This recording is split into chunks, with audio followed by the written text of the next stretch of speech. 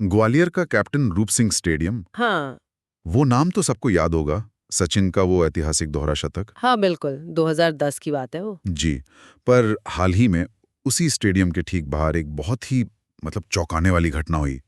दिन दहाड़े भीड़ थी, पुलिस भी थी और एक लाइव मर्डर। हाँ, ये खबर तो काफी फैली थी। एक शख्स ने एक महिला को गोली मारी और फिर। और फिर फेसबुक लाइव करने लगा। ये सबसे अजीब बात है। सही कहा। तो हमें ये सारी जानकारी एक यूट्यूब रिपोर्ट से मिली है, काफी डिटेल में है। आज हम इसी पर बात करेंगे, समझने की कोशिश करेंगे कि ये हुआ क्या। 12 सितंबर 2025 को अरविंद परिहार ने नंदिनी को गोली क्यों मारी और फिर वो लाइव क्यों गया? क्या कहानी है इसके पीछे? हाँ, रिश्तों की, धोखे की, बदले की कई परतें हैं इसमें। चलिए तो फिर शुरू करते हैं। घटना वाले दिन से 12 सितंबर, शुक्रवार, दोपहर का समय था। जी। तो ये अरविंद परिहार नाम का शख्स था। इसने एक ऑटो रिक्शा से नंदिनी नाम की महिला को खींचा बाहर। अच्छा, चलते ऑटो से? हाँ, रोका, ऑटो खींचा, कुछ बहस हुई दोनों में और फिर अरविंद ने देसी कट्टा निकाला उसने। वो देसी कट्टा। हाँ, मतलब गैर कानूनी पिस्तौल, और उससे करीब 5 गोलियां चला दी। शायद 4 नंदिनी को लगी, वो वहीं गिर पड़ी। और हैरानी की बात ये, वो भागा नहीं। नहीं, भागा नहीं, बिल्कुल नहीं। हथियार हाथ में था और पास में एक दीवार थी, उसी के सहारे बैठ गया। भीड़ जमा हो गई, पुलिस आने लगी, पर कोई पास नहीं गया, ना उसे पकड़ने ना नंदिनी की मदद करने। ये बड़ा अजीब है, भीड़ का ये रिएक्शन। हाँ, इसे बाईस्टैंडर इफेक्ट भी कहते हैं शायद। सब सोचते हैं कोई और करेगा। और फिर उसने फोन निकाला। जी, फोन निकाला और फेसबुक पर लाइव हो गया। सोचिए, कितने देर चला ये लाइव? करीब 1.5 मिनट। और उसमें वो चिल्ला चिल्ला कर नंदिनी पर इल्जाम लगा रहा था। क्या कह रहा था? कि वो उसकी पत्नी है, उसे छोड़कर भाग गई थी, अपने बॉयफ्रेंड अंकुश पाठक और कल्लू के साथ उस पर झूठे केस लगा रही थी, और भी कई लड़कों के साथ होटल में रुकने जैसे इल्जाम लगा रहा था। और भीड़ से भी कुछ कह रहा था? हाँ, भीड़ से कह रहा था कि आप लोगों से मुझे कोई दुश्मनी नहीं है। वो शायद खुद को सही साबित करने की कोशिश कर रहा था। ये बहुत अजीब है। इतने भयानक क्राइम के फौरन बाद सोशल मीडिया पर जाना। हाँ, ये आज के दौर की एक अलग ही मानसिकता दिखाता है शायद। वैलिडेशन चाहिए या अपनी कहानी सबसे पहले रखनी है दुनिया के सामने, पता नहीं। और ये सब कितनी देर चला? पुलिस ने कुछ किया नहीं? नहीं, पुलिस ने कोशिश की, पर ये सब करीब आधे घंटे तक चलता रहा। पुलिस ने पहले कार्बाइन से गोली चलाने की कोशिश की, पर वो चली नहीं शायद। लोड नहीं हुई या कुछ? हाँ, कुछ ऐसा ही।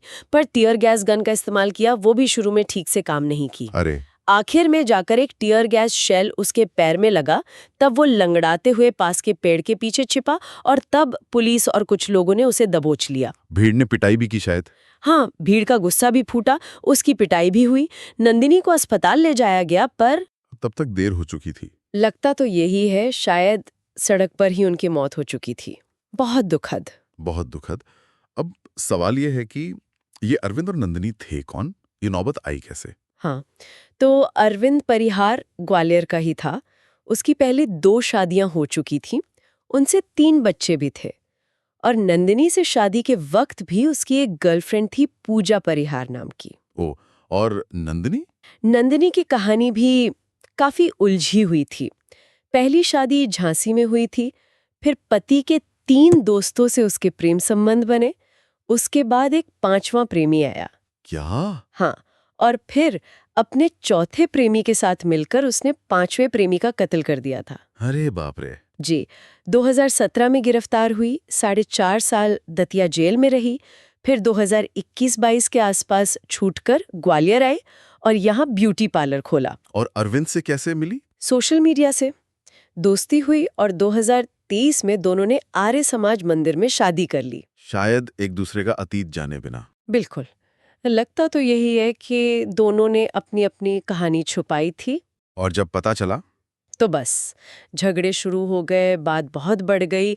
2024 में तो नंदिनी ने अरविंद पर गाड़ी चढ़ाकर मारने की कोशिश का आरोप लगाया था। अच्छा। अरविंद जेल भी गया था। हाँ, झेल गया।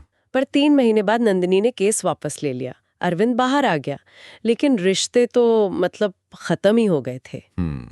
और अरविंद को शक था कि नंदिनी का उन दोस्तों अंकुश और कल्लू से चक्कर है। जी, उसे ये शक था और इसी चक्कर में उसने नंदिनी की कुछ कथित आपत्तिजनक तस्वीरें सोशल मीडिया पर डालनी शुरू कर दी। कथित शायद नकली थी। नंदिनी का तो यही आरोप था कि वो तस्वीरें एआई से बनाई गई थी, फेक थी। और इसी बात पर नंदिनी ने पुलिस में शिकायत की थी। हाँ, हत्या से सिर्फ 3 दिन पहले 9 सितंबर को उसने साइबर सेल में शिकायत की और मीडिया में भी बोला कि अरविंद उसे ब्लैकमेल कर रहा है, बदनाम कर रहा है और राजीनामे के लिए दबाव बना रहा है। तो 12 सितंबर को जिस दिन ये घटना हुई, नंदिनी शायद साइबर सेल ही गई थी। जी हाँ, रिपोर्ट यही कहती है। वो अंकुश और कल्लू के साथ शिकायत दर्ज कराकर ऑटो से लौट रही थी। अरविंद को ये बात पता चल गई थी और उसने पीछा किया। हाँ, पीछा किया।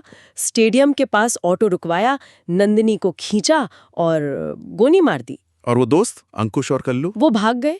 अंकुश पाठक ने बाद में यही कहा कि ऑटो वाले ने डर के मारे ऑटो भगा दिया था, तो वो लोग नंदिनी को वहीं छोड़कर चले गए। ये पूरी कहानी सुनकर तो रोंगटे खड़े हो जाते हैं। हाँ, और अंत भी बहुत दुखद रहा। नंदिनी की मौत हो गई, अरविंद गिरफ्तार हो गया, लेकिन पोस्टमार्टम के बाद नंदिनी का शव लेने वाला कोई नहीं था। क्या मतलब? परिवार वाले? पहला पति तो था ही नहीं, अरविंद जेल में था और नंदिनी के माता पिता भी शुरू में तैयार नहीं हुए। ओह, तो फिर क्या हुआ? कुछ दोस्तों ने कहा कि वो लाश ले लेंगे, पर कानूनी तौर पर ये मुमकिन नहीं था।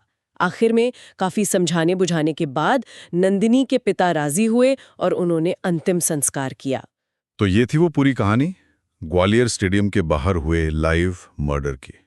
रिश्ते, धोखा, शक, बदला और सबसे ऊपर शायद ये सोशल मीडिया का अजीब सा असर। बिल्कुल, एक ऐसी घटना जिसने कई सवाल खड़े कर दिए।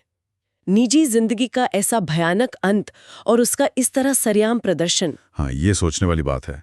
और शायद सबसे बड़ा सवाल यही है कि आज के डिजिटल युग में क्या अपराध भी एक तरह का परफॉर्मेंस बनता जा रहा है, जहां अपराधी खुद अपनी कहानी दुनिया को सुनाना चाहता है, चाहे वो कितनी भी भयानक क्यों ना हो। इस पर सोचना जरूरी है।